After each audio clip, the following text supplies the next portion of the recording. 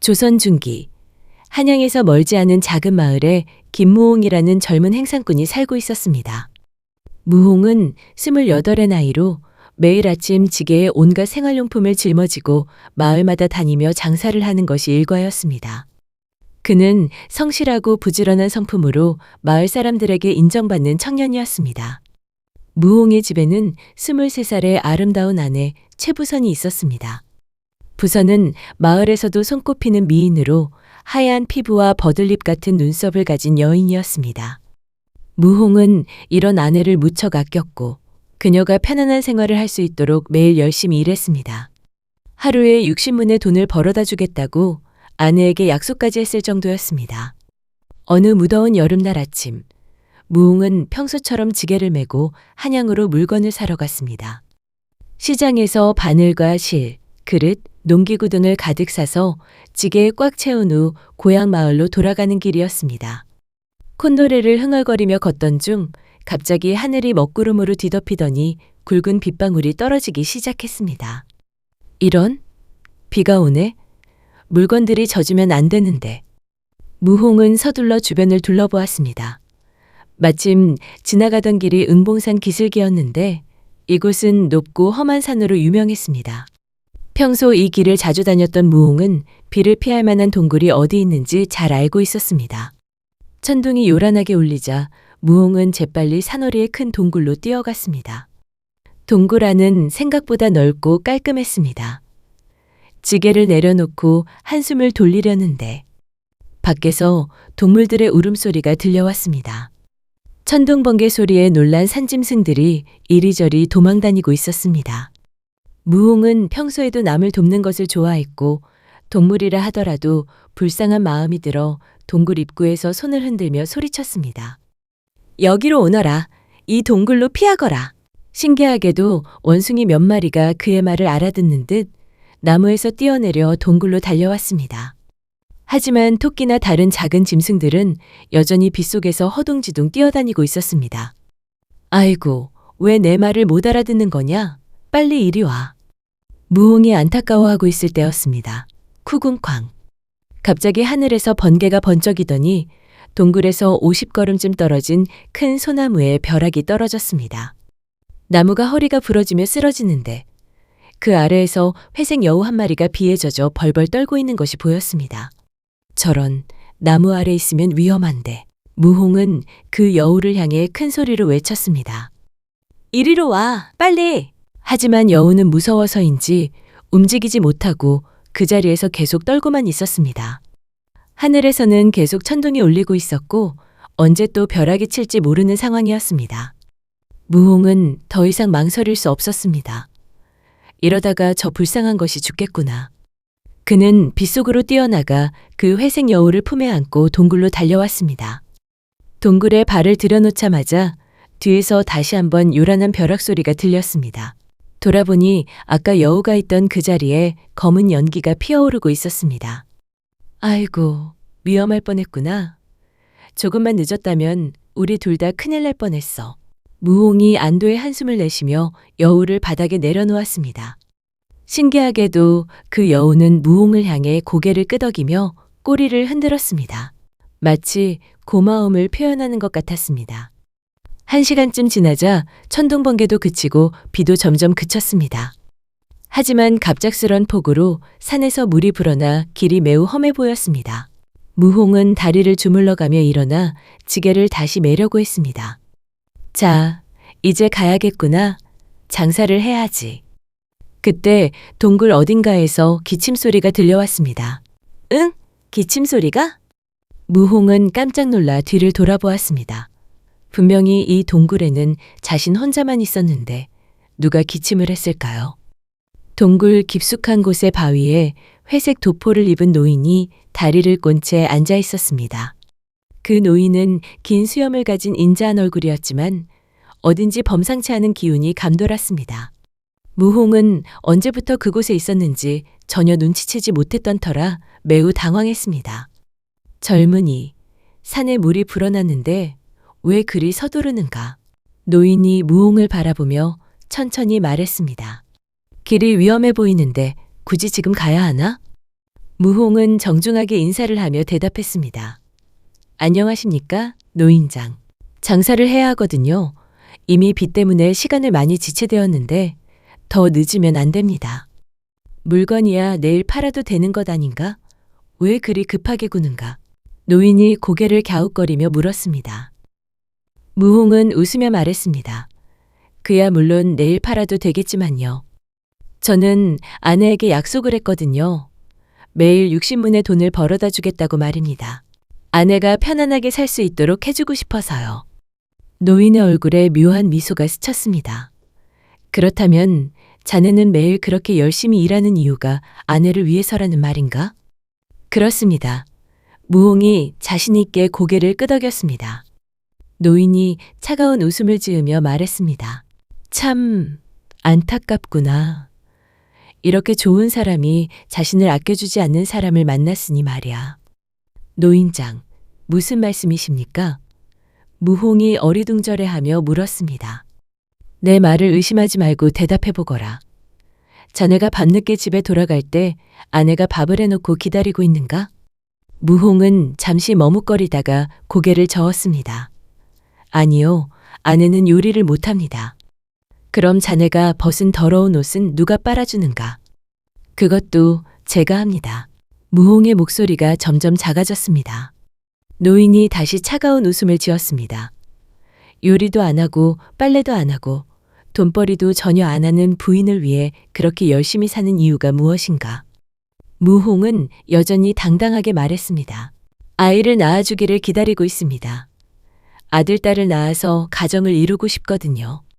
그러자 노인이 갑자기 일어서며 말했습니다. 지금 당장 집에 조용히 가서 보거라. 자네가 그렇게 아끼는 그 여자가 정말 자네 사람인지 말이야. 무홍의 얼굴이 순간 굳어졌습니다. 그게 무슨 뜻입니까? 노인은 대답 대신 품에서 작은 비단 주머니 3개를 꺼내 무홍의 손에 쥐어주었습니다. 이것들을 잘 간직해두거라. 절대 미리 열어보지 말고. 정말 어려운 일이 생겨 도저히 방법이 없을 때 하나씩 열어보아라.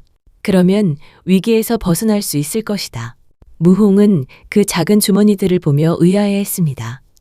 이 작은 것들이 정말 그런 힘이 있습니까?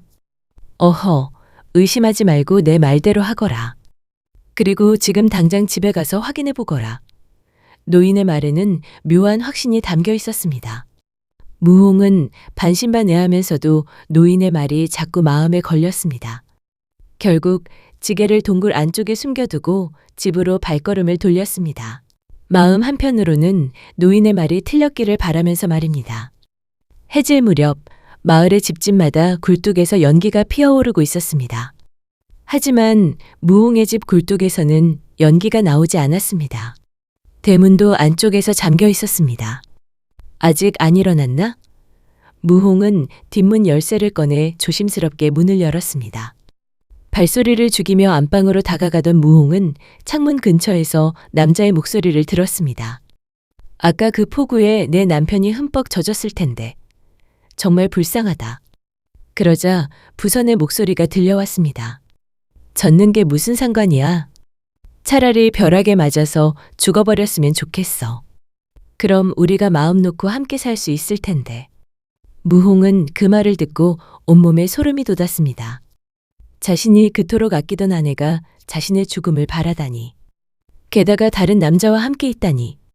창문으로 몰래 들여다보니 아내 부선이 같은 마을의 정대수와 함께 침상에 누워 있었습니다. 정대수는 마을에서 사냥을 하는 건장한 사내로 키가 크고 힘이 센 것으로 유명했습니다. 무홍은 분노로 온몸이 떨렸습니다. 감히 내 아내와. 더 이상 참을 수 없었던 무홍은 문을 발로 차며 방 안으로 뛰어들었습니다. 이 나쁜 놈들아! 대낮에 이런 부끄러운 짓을 하다니. 무홍이 소리치며 달려들었습니다. 부선은 놀라서 비명을 지르며 이불로 몸을 가렸습니다. 하지만 정대수는 전혀 당황하지 않았습니다. 오히려 침대에서 벌떡 일어나 주먹을 휘둘렀습니다. 무홍은 평소 장사만 하던 사람이라 정대수의 상대가 되지 않았습니다. 곧 무홍은 얼굴이 시퍼렇게 멍들며 바닥에 쓰러졌습니다. 정대수는 발로 무홍의 머리를 밟으며 말했습니다. 빨리 사과해라. 이 못난 놈아. 안 그러면 네 목을 부러뜨려 버리겠다. 무슨 소리야? 내가 내 아내와 그런 천인 공노할 짓을 해놓고. 무홍이 억울해하며 소리쳤습니다. 관아에 신고하겠어. 정대수가 더 세게 발로 밟으며 으르렁거렸습니다. 지금 내가 위험한 상황인데 신고하겠다고? 이런 고집쟁이는 살려둘 수 없겠구나. 죽어버려라. 바로 그 순간 무홍의 머릿속에 노인의 목소리가 떠올랐습니다. 비단 주머니를 써라. 빨리 비단 주머니를. 무홍은 재빨리 품에서 비단 주머니 하나를 꺼내 열었습니다. 안에는 회색 털 한 가닥이 들어 있었습니다. 아까 자신이 구해준 그 여우의 털 같았습니다. 이런 털 하나가 무슨 소용이. 무홍이 의아해하는 순간 그 털에서 갑자기 금빛 광채가 뿜어져 나왔습니다. 그 빛이 무홍의 온몸을 감쌌고 순간 엄청난 힘이 솟아났습니다.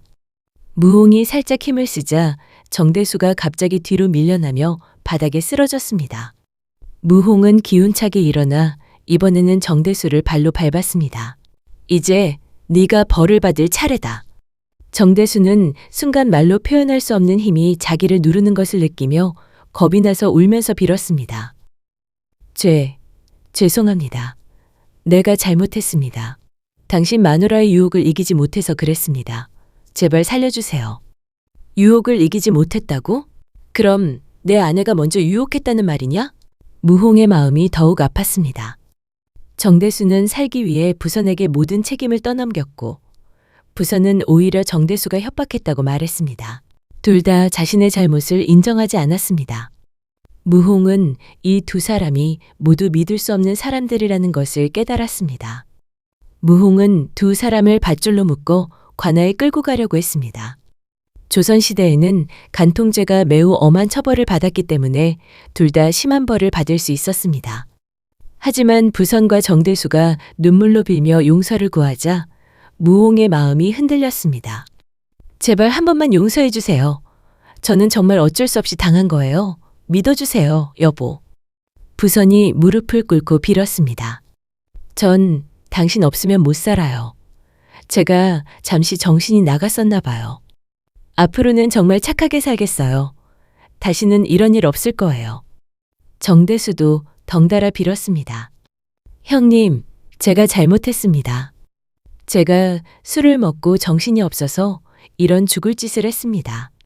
무홍은 본래 마음이 착했던 터라 두 사람의 애원을 듣고 있자니 마음이 약해졌습니다. 특히 부선이 자신의 발목을 붙잡고 울면서 빌자 어린 시절의 추억들이 떠올랐습니다. 둘이 처음 만났을 때 부선이 얼마나 순수하고 예뻤는지, 혼인 첫날 밤에 얼마나 수줍어했는지 생각하니 가슴이 아팠습니다. 이 사람들도 한순간의 실수였을지도 모르겠구나. 무홍은 결국 관아에 신고하는 것을 포기했습니다. 하지만 이런 큰 배신을 한 부선을 계속 아내로 둘 수는 없었습니다. 믿음이 한번 깨지면 다시 회복하기 어려운 법이었습니다. 그때 머릿속에 또다시 그 신비한 목소리가 들려왔습니다. 두 번째 비단 주머니를 열어라. 지금이 바로 그때다. 무홍은 두 번째 비단 주머니를 꺼내 조심스럽게 열었습니다.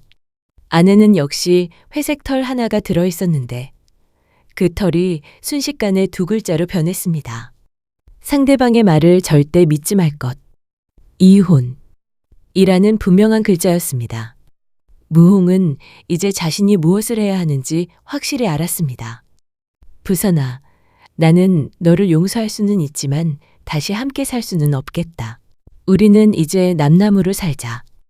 부선의 얼굴이 새하얗게 변했습니다. 원래 자신을 사랑하고 마음이 약한 무홍이 용서해 줄 것이라고 생각했던 것입니다. 자기는 아무것도 안 하고 무홍이 다 해주는 생활이 너무 편했던 것이죠. 여보, 그런 말 하지 마세요. 제가 정말 잘못했어요. 다시는 안 그럴게요. 하지만 무홍의 마음은 이미 굳어져 있었습니다. 그날로 무홍은 마을에서 가장 글을 잘 쓴다는 김훈장을 찾아가 이혼서를 써달라고 부탁했습니다. 조선시대에는 남편이 아내를 내보내는 것을 칠거지하기라 하여 7가지 이유가 있을 때 가능했는데 간통은 그 중에서도 가장 큰 죄로 여겨졌습니다. 김훈장은 무홍의 사정을 듣고 안타까워하며 정성껏 이혼서를 써주었습니다. 자네가 얼마나 그 여인을 아꼈는지 마을 사람들이 다 알고 있네. 참으로 안타까운 일이야. 부서는 이혼서를 받고도 끝까지 거부했습니다. 저는 이 집을 떠나지 않을 거예요. 여기가 제 집이에요. 하지만 마을의 원로들과 이장이 나서서 부선을 꾸짖었고 결국 부선은 울면서 짐을 싸야 했습니다. 부선은 이혼당한 후에도 뉘우치기는커녕 뻔뻔하게 정대수를 찾아가 말했습니다. 이제 내가 자유로워졌으니 당신이 책임져요. 당신이 달콤하게 속삭이며 같이 사는 게 소원이라고 했고 이제 소원이 이루어졌으니 이제 같이 살아요. 하지만 정대수는 이미 부선에게 완전히 질려버렸고 무홍의 이상한 힘이 무섭기도 했습니다. 나는 그냥 한때 재미로 그랬을 뿐이야. 내가 그렇게 심각하게 생각할 줄은 몰랐어. 게다가 마을 사람들의 시선도 부담스러웠습니다. 간통한 여자를 데리고 살면 내 체면이 말이 아니지. 정대수는 냉정하게 부선을 거절했습니다. 부선은 갈 곳이 없어 결국 친정으로 돌아가야 했는데 친정 부모들도 딸의 행실을 알고는 크게 실망했습니다. 우리가 어떻게 기른 딸이 이런 일을 저질렀단 말이냐? 이런 큰일을 겪은 무홍은 며칠 동안 깊은 상심에 빠져 있었습니다. 일주일 내내 장사도 나가지 않고 집에만 틀어박혀 있었습니다. 자신이 그토록 사랑했던 아내가 자신의 죽음을 바라고 다른 남자와 바람을 피웠다는 사실이 너무나 충격적이었습니다. 무홍은 하루 종일 마루에 앉아 멍하니 하늘만 바라보았습니다. 내가 뭘 잘못했을까? 왜 이런 일이 생겼을까?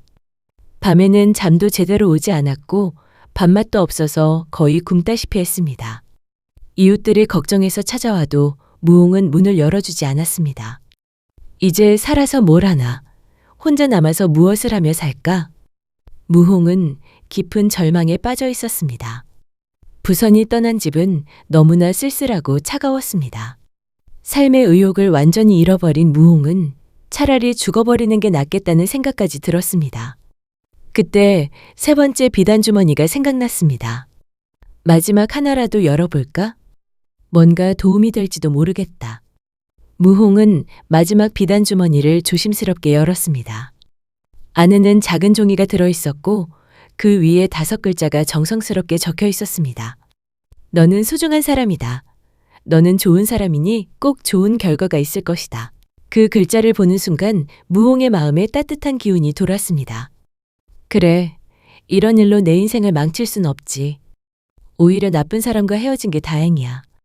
무홍은 문득 그 신비한 노인의 말이 떠올랐습니다. 자네 같은 좋은 사람이 자신을 아껴주지 않는 사람을 만났으니 안타깝다는 그 말이 이제야 완전히 이해되었습니다. 무홍은 부모님 산소에 가서 정성껏 절을 올렸습니다.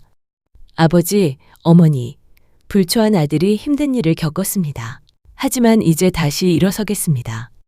산소를 깨끗이 정리하고 성묘를 마친 무홍은 새로운 마음으로 다시 장사를 시작하기로 결심했습니다.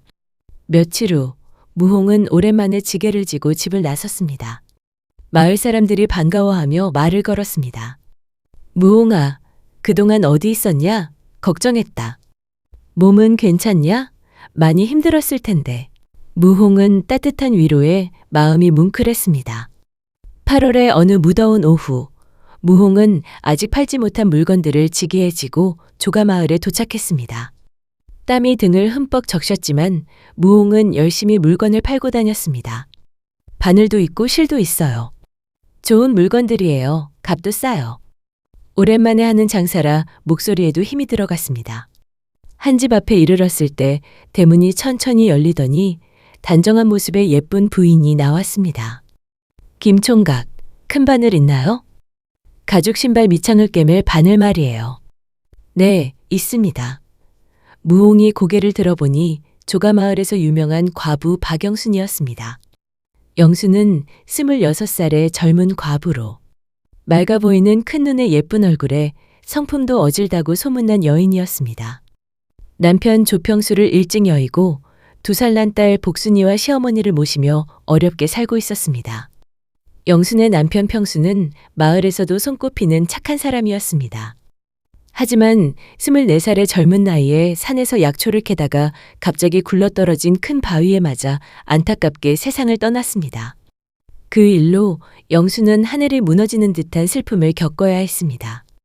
어린 딸과 연로한 시어머니를 혼자 돌보며 3년을 버텨온 것이었습니다. 시어머니는 젊은 며느리가 불쌍해서 여러 번 재혼을 권했습니다. 영순아, 내가 이렇게 젊고 예쁜데 혼자 늙어갈 순 없지 않냐? 좋은 사람 만나서 다시 시작해라. 하지만 영수는 고개를 저으며 말했습니다. 어머님과 복순이를 함께 데려갈 수 있는 남자가 아니면 재혼하지 않겠어요. 저 혼자만 편해질 수는 없어요. 당연히 그런 조건을 받아들일 남자는 없었습니다. 과부의 애까지 딸린 여자를 누가 데려가겠소? 게다가 시어머니까지. 중매쟁이들도 혀를 찼습니다. 그래서 영수는 벌써 3년째 혼자 지내고 있었습니다. 무홍도 이 마을을 자주 다니며 영순의 사정을 잘 알고 있었습니다. 가끔 영순이 시장에서 쌀이나 채소를 살 때 돈이 모자라면 나중에 갚겠다고 하는 모습을 본 적도 있었습니다. 그럴 때마다 무홍은 마음이 안쓰러웠습니다. 저렇게 어려운 중에도 시어머니와 딸을 잘 돌보는 게 참 대단하다. 영순도 무홍에게서 몇 번 물건을 산 적이 있어서 서로 안면이 있었습니다. 무홍은 영순이 돈이 부족할 때마다 나중에 주세요 라고 말해주곤 했고, 영순은 그런 무홍의 마음씨를 고맙게 생각하고 있었습니다. 이날 영순은 무홍에게서 신발 밑창을 꿰맬 큰 바늘 하나를 샀습니다. 무홍은 그 바늘이 별로 값나가는 물건이 아니라고 생각해서 말했습니다. 바늘 하나만 사시는데 돈은 받지 않겠어요. 다음에 다른 물건 사실 때 함께 계산하세요. 어떻게 그럴 수 있어요? 아무리 작은 물건이라도 값은 치러야죠. 영순이 부끄러워하며 말했습니다. 얼굴이 복숭아처럼 살짝 붉게 달아오른 모습이 더욱 예뻐 보였습니다. 무홍은 손을 흔들며 웃었습니다. 괜찮습니다. 별것 아니에요. 이런 작은 것 가지고 돈 받으면 제가 인색한 사람이 되죠. 그리고는 지게를 지고 가려고 했습니다. 영순이 잠깐 망설이더니 얼굴을 더욱 붉히며 말했습니다. 그럼 날씨가 너무 더우니까 집에 들어와서 시원한 물 한 그릇 드시고 가세요. 목도 마르셨을 테고요. 무홍은 의아했습니다. 과부집 앞은 시비가 많다는 말이 있는데 이 부인이 왜 자신을 집에 들어오라고 할까? 평소에는 물건을 살 때도 몇 마디 말밖에 나누지 않았는데 말입니다. 혹시 무슨 속셈이 있는 것일까? 하는 생각도 들었습니다. 하지만 영순이 계속 간절히 권하자 무홍은 사양할 수 없었습니다. 집에 다른 분들은 안 계시나요? 혹시 문제가 되지 않을까요? 괜찮아요. 어머님과 딸이 친정에 다녀오신다고 아침 일찍 나가셨거든요. 저녁 때나 돌아오실 거예요. 영순이 말하며 무홍의 팔을 살짝 이끌었습니다. 그 순간 무홍은 영순의 손이 얼마나 부드러운지 느꼈습니다. 무홍은 가슴이 조금 두근거렸습니다. 이 영순이라는 부인이 부선보다 훨씬 예쁘네. 게다가 마음씨도 착해 보이고 영순의 얇은 여름, 저고리와 붉어진 얼굴을 보니 왠지 마음이 설렜습니다. 오랫동안 여자의 따뜻함을 느끼지 못했던 무홍에게는 영순의 친절함이 더욱 감사하게 느껴졌습니다. 밖이 너무 더우니까 안으로 들어오세요. 영순이 무홍의 지게를 문 앞에 두게 하고 집 안으로 안내했습니다. 집안은 비록 가난했지만 깔끔하게 정리되어 있었고 바깥보다 훨씬 시원했습니다. 무홍은 대청마루에 앉아 영순이 차를 준비하는 모습을 바라보았습니다. 움직임 하나하나가 정갈하고 고왔습니다. 차 드세요. 영순이 정성스럽게 우린 찻잔을 무홍 앞에 놓으며 말했습니다. 그런데 영순의 손이 미세하게 떨리고 있었습니다. 무홍은 영순이 자꾸 안절부절 못하며 뭔가 말하고 싶어하는 모습을 보며 물었습니다. 무슨 말씀하고 싶은 게 있으신가요? 제가 도와드릴 일이라도 있으시면 편하게 말씀하세요. 아, 아니에요. 그냥 차부터 드세요. 영순이 찻잔을 무홍 쪽으로 밀며 재촉했습니다. 그런데 그때 영순이 손가락으로 탁자에 물을 묻혀 무언가를 썼습니다. 무홍은 잠시 생각하다가 찻잔을 들어 입에 대려고 했습니다. 그런데 탁자에 물로 쓰인 글자가 보였습니다. 독. 무홍은 깜짝 놀라 영순을 바라보았습니다. 영순은 간절한 눈빛으로 무홍을 바라보며 고개를 살짝 끄덕였습니다. 무홍은 순간 상황을 파악했습니다. 좋은 차네요. 무홍은 실제로는 차를 마시지 않고 찻잔을 손에서 일부러 떨어뜨렸습니다. 찻잔이 바닥에 깨지면서 무홍은 탁자에 머리를 박고 쓰러진 척했습니다. 김 총각님! 김 총각님! 영순이 일부러 당황한 척하며 무홍을 흔들어 깨우려 했지만 무홍은 전혀 반응이 없는 척했습니다. 그때 안방에서 큰 덩치의 남자가 성큼성큼 걸어 나왔습니다. 얼굴에 나쁜 웃음을 띠고 영순에게 말했습니다. 잘했어. 내가 이렇게 도움을 주었으니 네 딸과 시어머니가 안전할 것이다. 약속대로 오늘 밤에 풀어주마. 그 남자는 바로 정대수였습니다. 정대수는 지난번 무홍에게 당한 것을 계속 원한을 품고 복수할 기회만 노리고 있었습니다. 처음에는 길에서 무홍을 몰래 습격하려 했지만 무홍의 이상했던 힘이 생각나 겁도 나고 사람들에게 들킬까봐 포기했습니다. 그 다음에는 무홍의 집에 불을 지르려고 했지만 2번이나 갑자기 소나기가 와서 실패했습니다. 이상하게 불을 피울만 하면 소나기가 오네. 그래서 정대수는 무홍이 자주 다니는 조가마을로 와서 영순의 집에 숨어들었습니다. 먼저 영순의 딸 복순이와 시어머니를 인질로 잡은 다음 영순에게 협박했습니다.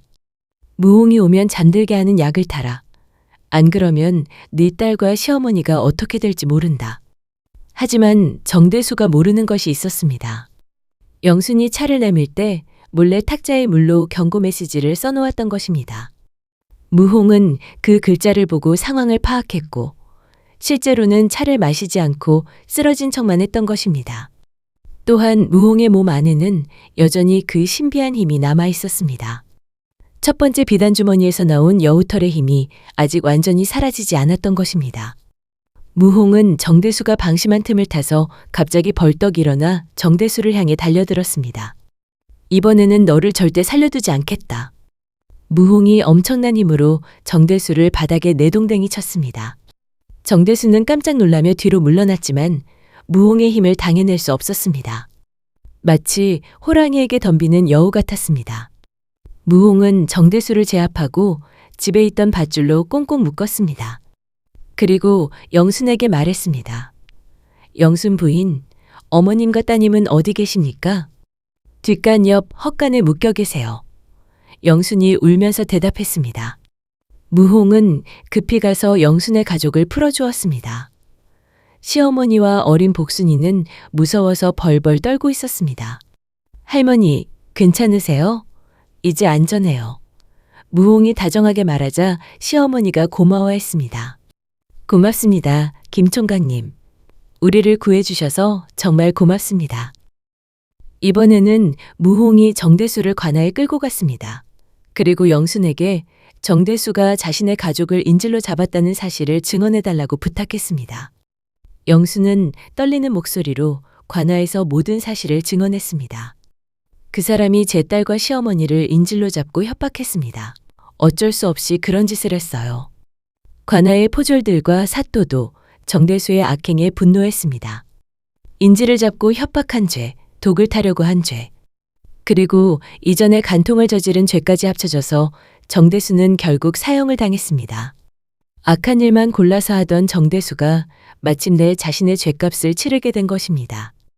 마을 사람들은 모두 정대수, 그놈 평소에도 악한 짓만 일삼더니 악인은 결국 벌을 받는다며 박수를 쳤습니다. 이 일을 계기로 무홍과 영수는 서로에게 마음을 열게 되었습니다. 영수는 무홍이 자신의 가족을 구해준 것에 깊이 감사했습니다. 정말 고마워요. 만약 김 총각님이 아니었다면 저희 가족이 어떻게 되었을지 몰라요. 무홍은 영순의 착한 마음씨에 감동했습니다. 영순이 정대수의 협박을 받으면서도 자신에게 위험을 알려주려고 했던 용기가 고마웠습니다. 며칠 후 무홍은 영순의 집에 찾아가 시어머니께 정중히 인사드렸습니다. 할머니, 그동안 안녕하셨습니까? 혹시 몸이 다친 데는 없으십니까? 시어머니는 무홍을 보자 반갑게 맞아주었습니다. 아이고, 우리 은인이 오셨구나. 어서 들어와 앉아라. 무홍은 영순의 가족과 함께 저녁을 먹으며 이야기를 나누었습니다. 어린 복순이도 무홍을 따랐습니다. 아저씨, 나쁜 아저씨 물리쳐 주셔서 고마워요. 무홍은 복순이를 무릎에 앉히고 재미있는 이야기를 들려주었습니다.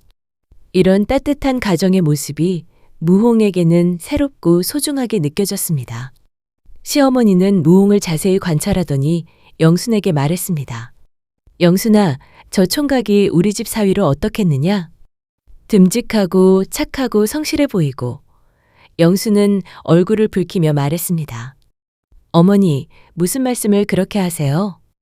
자식도 없는 젊은 총각한테 미안하게. 그런 말씀 마세요. 하지만 시어머니는 진심이었습니다.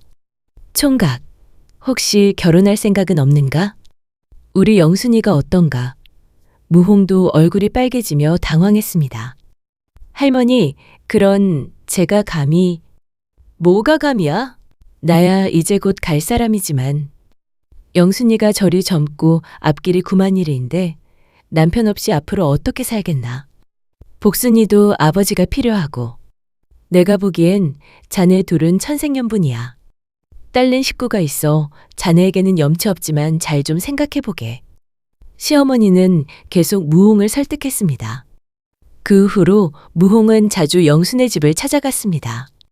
처음에는 단순히 안부를 묻기 위해서였지만 점점 영순에게 마음이 끌려갔습니다. 영순은 무홍을 위해 정성껏 음식을 만들어 주었고 무홍이 오시해지면 몰래 꿰매어 주기도 했습니다. 무홍은 영순의 집에 쌀이나 반찬거리를 가져다 주며 도움을 주려고 했습니다. 제가 장사하다 보니 좋은 물건들을 싸게 살 수 있어서요. 영순은 고마워하면서도 미안해했습니다. 이렇게 신세만 질 수는 없어요. 신세라니요. 저도 할머니가 해주시는 음식 먹고 복순이와 놀아서 즐거운걸요. 무홍의 말에 영순은 마음이 따뜻해졌습니다. 이런 대화를 나누며 두 사람의 마음은 점점 가까워졌습니다. 가을이 깊어갈 무렵, 무홍은 드디어 용기를 내서 영순에게 고백했습니다. 영순 씨, 저와 함께 살지 않으시겠습니까? 할머니와 복순이도 제가 잘 모시겠습니다. 영순은 눈물을 글썽이며 고개를 끄덕였습니다.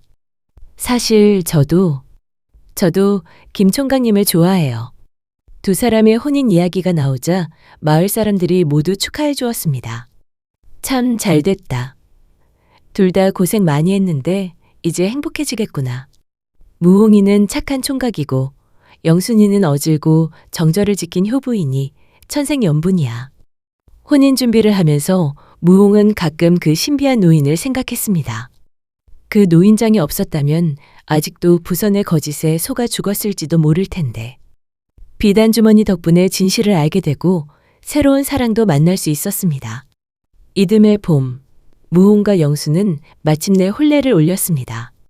비록 화려하지는 않았지만 진심 어린 축복을 받는 따뜻한 결혼식이었습니다. 무홍은 혼례복을 입은 영순을 보며 이 사람이야말로 진짜 내 아내구나 하고 생각했습니다. 신혼생활은 정말 행복했습니다. 무홍은 영순의 딸 복순이를 친딸처럼 아꼈습니다. 복순아, 아빠가 예쁜 옷 사줄게. 아빠, 정말이에요? 복순이도 무홍을 친아버지처럼 따랐습니다. 연로한 시어머니도 정성껏 모셨습니다. 어머니, 몸이 어디 아프시면 언제든 말씀하세요. 영수는 무홍을 위해 매일 정성껏 밥을 해주고 빨래도 해주었습니다. 무홍이 장사에서 돌아오면 따뜻한 물로 발을 씻겨주고 어깨를 주물러 주었습니다. 오늘 많이 힘드셨죠? 이리 앉으세요.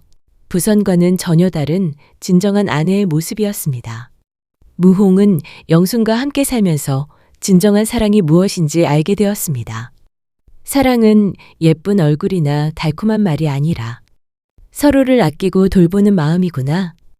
어려울 때 함께 이겨나가고 기쁠 때 함께 웃을 수 있는 것이야말로 참된 부부의 도리라는 것을 배웠습니다.